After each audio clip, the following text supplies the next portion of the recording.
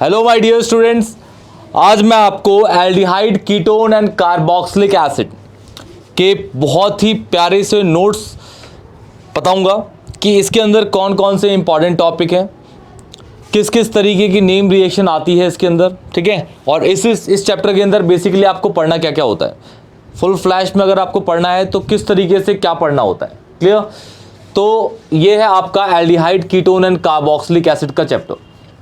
जैसे कि आपको पता है कि एल्डिहाइड कीटोन जो होते हैं इन दोनों को कॉमनली हम बोलते हैं कार्बोनाइल ग्रुप, और कार्बोक्सिलिक एसिड जो होता है वो अलग होता है।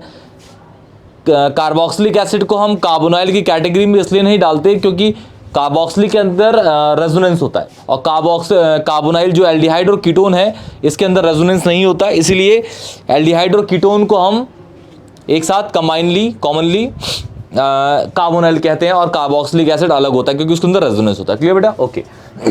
ये आपका chapter aldehyde ketone and carboxylic acid.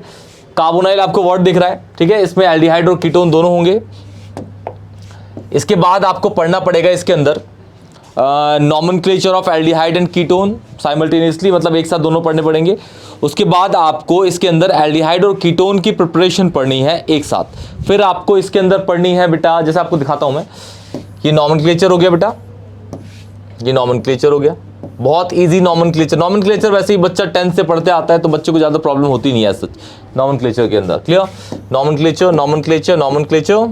Nomenclature carboxylic के भी इसी के अंदर दे दिए स्टार्टिंग में ही। फिर methods of preparation of aldehyde and ketone, मतलब कौन कौन से मैथड है जिससे हम एल्डिहाइड और कीटोन बना सकते हैं, ठीक है। तो इन सारी रिएक्शंस के अंदर ऐसी रिएक्शंस भी है जिसमें एल्डिहाइड और कीटोन एक साथ बनेगा, इसमें ऐसी भी रिएक्शन है जिसमें बस कीटोन में बनेगा, इसमें ऐसी भी रिएक्शन है जिसमें बस एल्डिहाइड बनता है। क्लियर?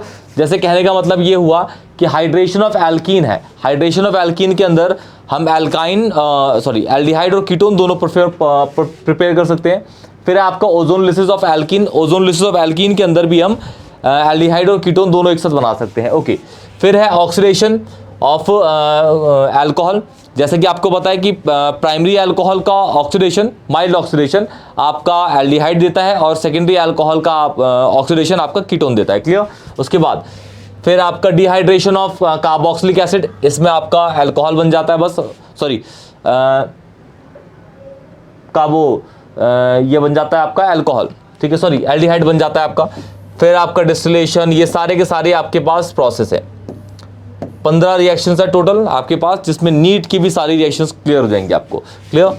ये आपको बहुत प्यारे से नोट्स मैं प्रोवाइड करूंगा, आपको बताऊंगा लेक्चर के बीच में कि भाई ये कहाँ पे आपको नोट्स मिल जाएंगे, साथ में इसके PYQs। और इस चैप्टर के ना बेटा जी मैंने पूरे के पूरे लेक्चर्स बना रखे हैं, एक पूरी प्लेलिस्ट, उसके अंदर बहुत इजीली आपको पूरा चैप्टर पढ़ा रखा है। आप लोग देखिएगा ध्यान से, डिस्क्रिप्शन बॉक्स में जाके देखिएगा बेटा। क्लियर?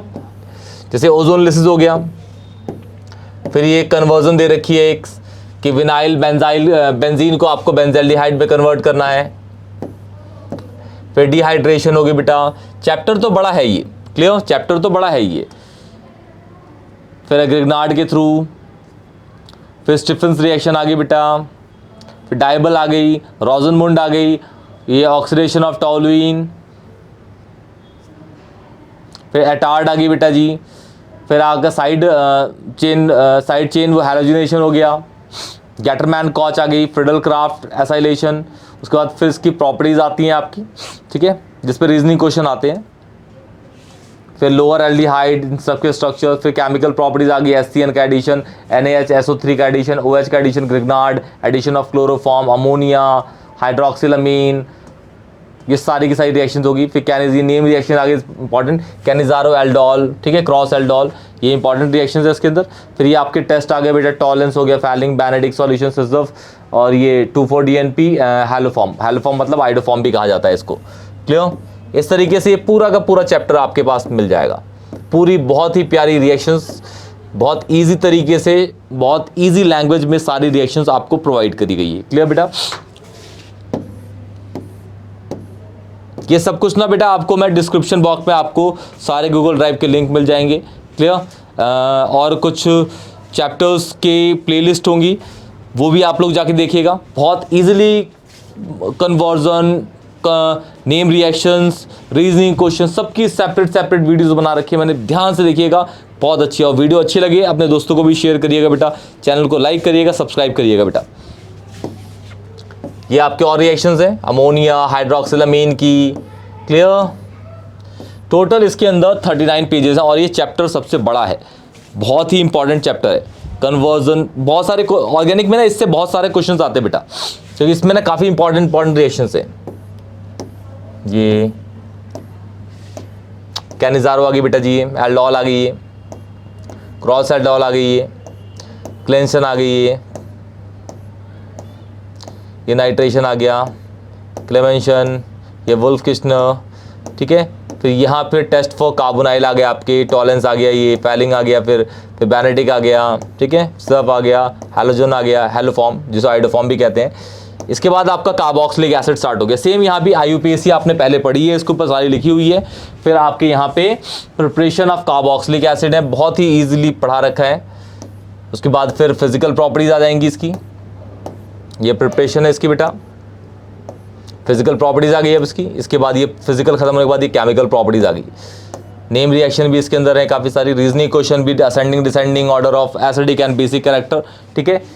ये आपको इक्विलिब्रियम की इक्वेशन दे रखी है यहाँ पे, बहुत ईजिली आपको ये पूरा का पूरा चैप्टर यहाँ पे समझा रखा है। डिहाइड्रेशन आपका आ गया, रिएक्शन विद अमोनिया आ गया बेटा, फिर decarboxylation reduction, Kolbe's electrolysis, electrolytic हैलोलार्जिलिन्स की आ गई, नाइट्रेशन, ये कन्वर्जन्स।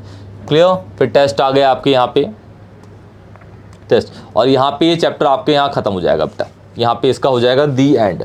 क्या हो जाएगा बेटा जी? दी एंड,